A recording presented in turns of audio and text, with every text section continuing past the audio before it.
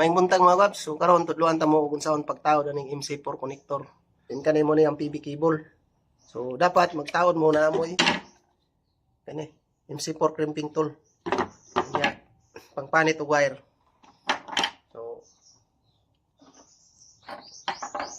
So gikan diha dapat mga 10 cm imong panitan. So hinahinayon lang gini mo mga guwaps nga dili siya maputol ang wire sa ilaw.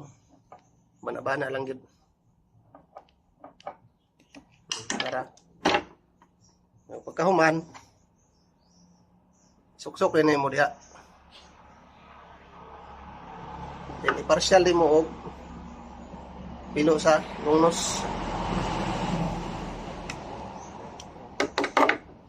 Tapos gamitan na nimo aning crimping tool.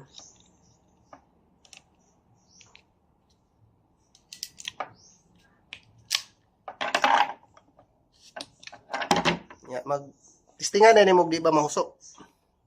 So, di na mahusok. Then itao na nimo ni siya. Ay kalimot ug unag tao na ni mga guwaps. Tao nimo na. Ya.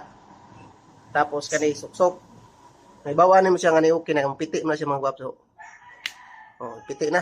So di na matanggal. Pugtan na nimo.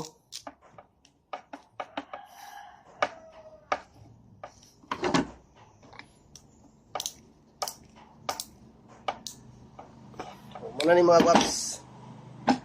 Same procedure gyapon ng pikas sa female. Itaw na to ni female.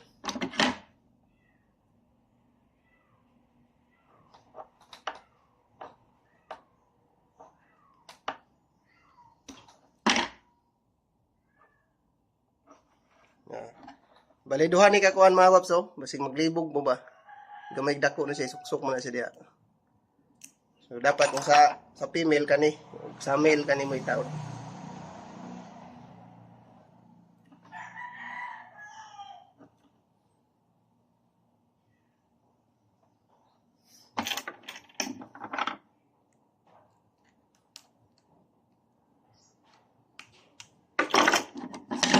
Then crimp.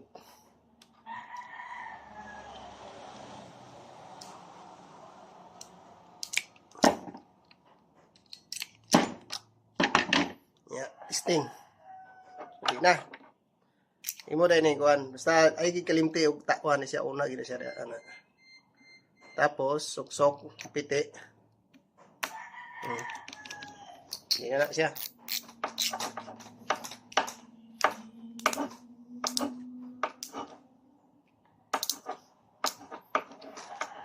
Kaya akong tools dili masibo. Munang kinamot na lang.